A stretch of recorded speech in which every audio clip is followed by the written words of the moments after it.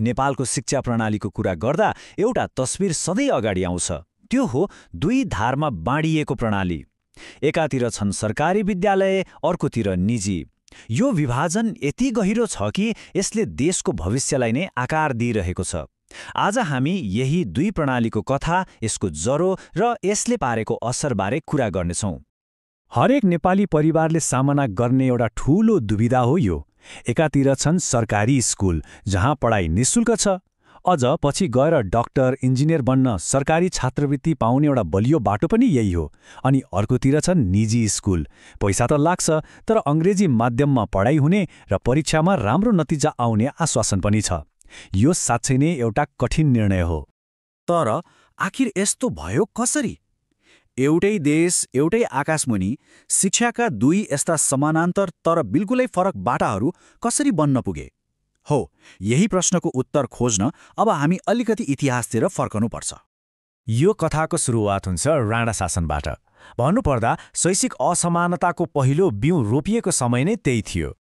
इतिहासकार पर्सिबल ल्यान्डनको यो भनाइले त्यो बेलाको सोचलाई छर्लङ्ग पार्छ। राणा शासकहरू आम जनतालाई शिक्षा दिनुलाई एउटा खतराको रूपमा हेर्थे।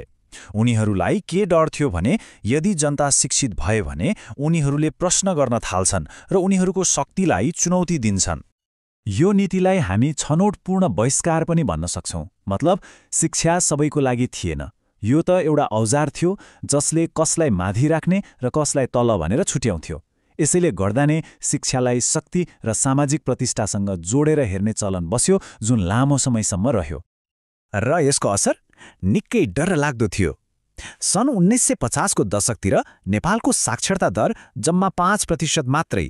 एकछिन सोच्नुहोस् त, यसको मतलब हरेक 100 जना बालबालिका मध्ये केवल 1 जनाले मात्र स्कुल जान पाउँथे। अवस्था कति नाजुक थियो होला।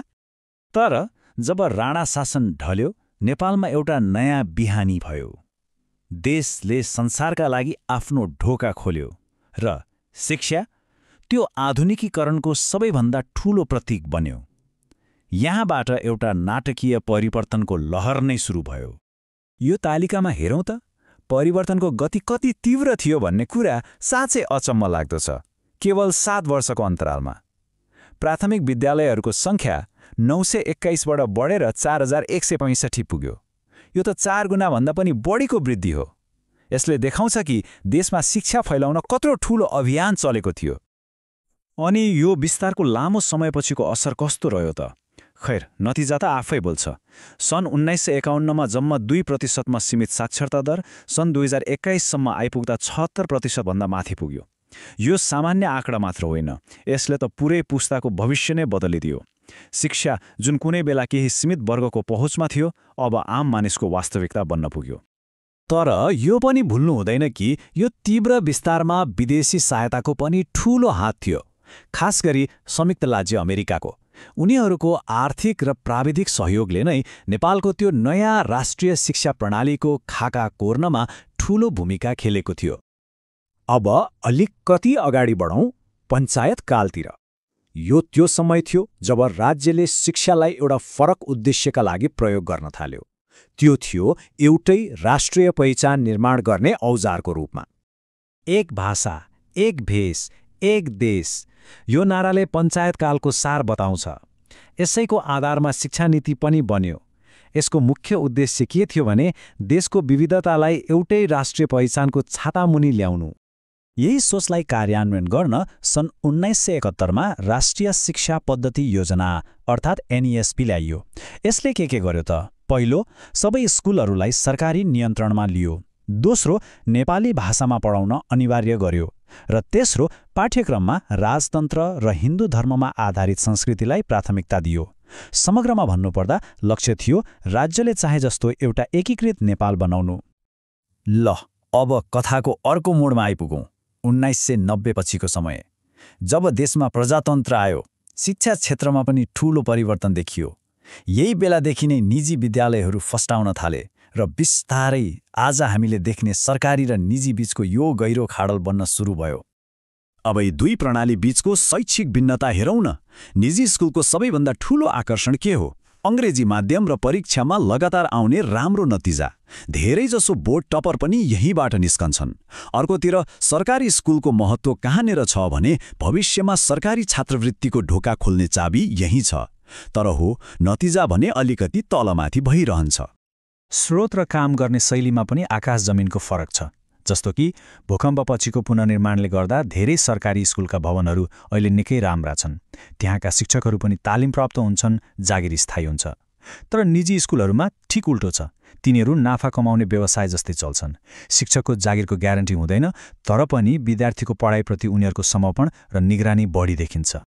त्यसो भए प्रश्न आउँछ, पैसा तिरेरै भए पनि अभिभावकहरू निजी स्कुलतिर किन आकर्षित हुन्छन्?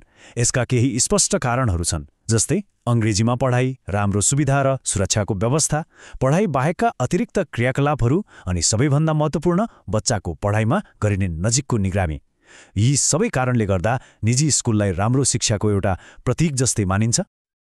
तर फेरि सरकारी स्कुल रोज्नुका पनि आफ्नै बलिया कारणहरू छन्।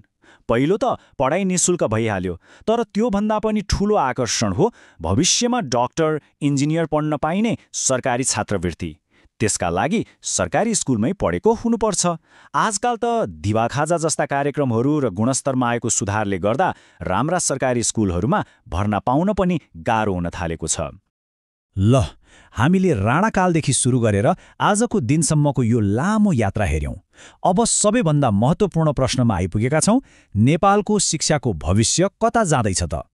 सरकारको वा नीति निर्माताहरूको कुरा सुन्ने हो भने उहाँहरू एउटा राम्रो उदाहरण दिनुहुन्छ।